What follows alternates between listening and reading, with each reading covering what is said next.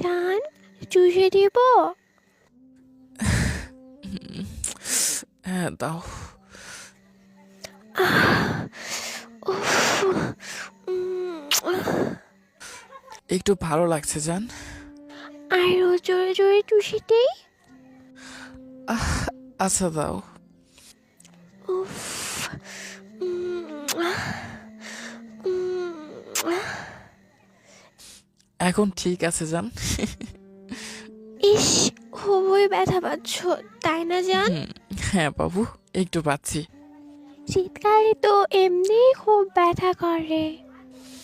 তুমি থাকলে আমার কোনো ব্যথাই লাগে না। কেন জান? এই যে তুমি দূর থেকেও আমার হাত কাটা গিয়েছে, জেনেও তারপর তুমি কিস করে ভালো করে দিচ্ছ। তোমাকেই তো দিব, তুমি ছাড়া আমার আর কে আছে? আমি যে তোমাকে ভালোবাসি, তুমি তো আমার জামাই। সারা রাত এভাবে দুষ্টু মিষ্টি ভাবে তাদের সময়টা পার হতে লাগলো। ছেলেটা রান্না করতে পারেই না, কিন্তু রান্না করতে গিয়েই হাতটা পুড়ে ফেলেছে। তারপরে প্রেমিকাকে ফোন করে বলতেই প্রেমিকা যতটা সম্ভব একটু মানসিক শান্তি দেওয়ার ট্রাই করেছিল। তারপরে সকালবেলা মেয়েটির ফোন থেকে আবারও কল। আসসালামু আলাইকুম আপ্পা। বাপধন, এখনো ঘুমাও নাকি? না না, মানে এই তো উঠলাম আর কি। বলছি কি, বিয়ে তো এখনো হয়নি, তা তুমি আব্বা বলে ডাকলা কেন? ওহ, সরি আঙ্কেল, আর ভুল হবে না। হ্যাঁ ঠিক আছে, অবশ্য আর ভুল করার সুযোগও পাবা না। জি জি, তা তা ঠিক। ফোনের ওপান থেকেই মেয়েলি চাপা হাসির শব্দ শুনতে পেল ছেলেটা। কিছু একটা তো ঘরভরে আছে, মনে মনে ভাবল সে। আচ্ছা আব্বা, আপনার পাশে কি আপনার মেয়েটা? এবার অটো হাসিতেই ফেটে পড়ল দুজনে। দে দে ফোনটা আমাকে দে। ফোনটা নিল মেয়েটা। ছেলেটা ভাবছে হচ্ছেটা কি।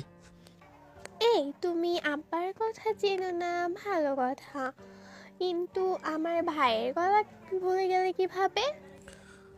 সবসময় এরকম ফাজলামি করো ঠিক আছে, তাই বলে আজকেও? কেন বেবি, আজকের দিনটা কি খুবই স্পেশাল? না, রাখলাম। রাগ করলা? আরে শোনো। আর কিছু বলার আগেই লাইনটা কেটেও গেল। মেয়েটা আর ফোন দিতেই গেল না। যাই ঘটে যাক, অভিমানী ছেলেটা আগামী 1 ঘন্টার আর ফোন ধরবে না। এখন রাত 11:30।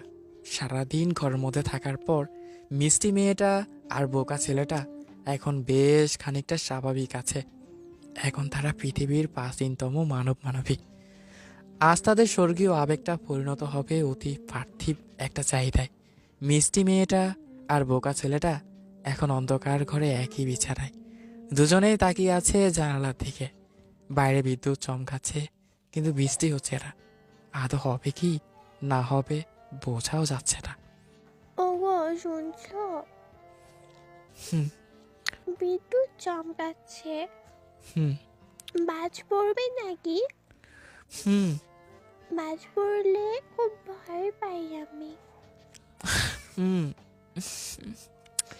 বোকা ছেলেটা এখনো উদাসীহীন। মিষ্টি মেয়েটা না পেরে নিজেই ওর হাতটা ধরে নিজের কাঁধের পর এনে ছেড়ে দিল। আমাকে আজ কেমন দেখাচ্ছিল? এই তো ভালোই। ভালোই মানে? ঠিক করে বলো। মোটামুটি। আমাকে বাজে দেখাচ্ছিল? পাগলি মেয়েটা ঠোঁট ফুলিয়ে তাকিয়ে আছে বোকা ছেলেটা থেকে। তার চোখ চলচল করছে। বোকা ছেলেটা এতক্ষণে টের পেল সে কি ভুল করেছে। আরে, আমি আমি তা বলিনি তো বাবু। ছেলেটা আবেগে জড়িয়ে ধরে মেয়েটাকে। সত্যি বলতে তোমাকে মেকআপ ছাড়াই বেশি সুন্দর লাগে, যেমনটা এখন লাগছে। প্রতিদিন সকালে উঠে আমি ঠিক এরকম দেখতে চাই তোমাকে। কি দেখতে পাবো তো?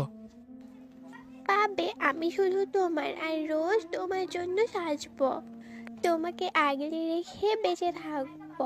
আমি যে তোমাকে অসম্ভব ভালোবাসি প্রিয়, কখনো ছাইড়া যেও না আমাকে। ঝিমঝিম বৃষ্টি শুরু হয়ে গেল বাইরে। আহ্লাদী মেয়েটা এখন পৃথিবীর সবচেয়ে সুখী মেয়ে। রাগমান সবকিছু পার করে এখন তারা একই আকাশে একই ছাদের নিচেই বেঁচে থাকবে যুগ যুগ ধরে। গল্পটি এ পর্যন্তই। ভালো থাকবেন, ভালো রাখুন আপনার প্রিয় মানুষটিকে। আল্লাহ হাফেজ।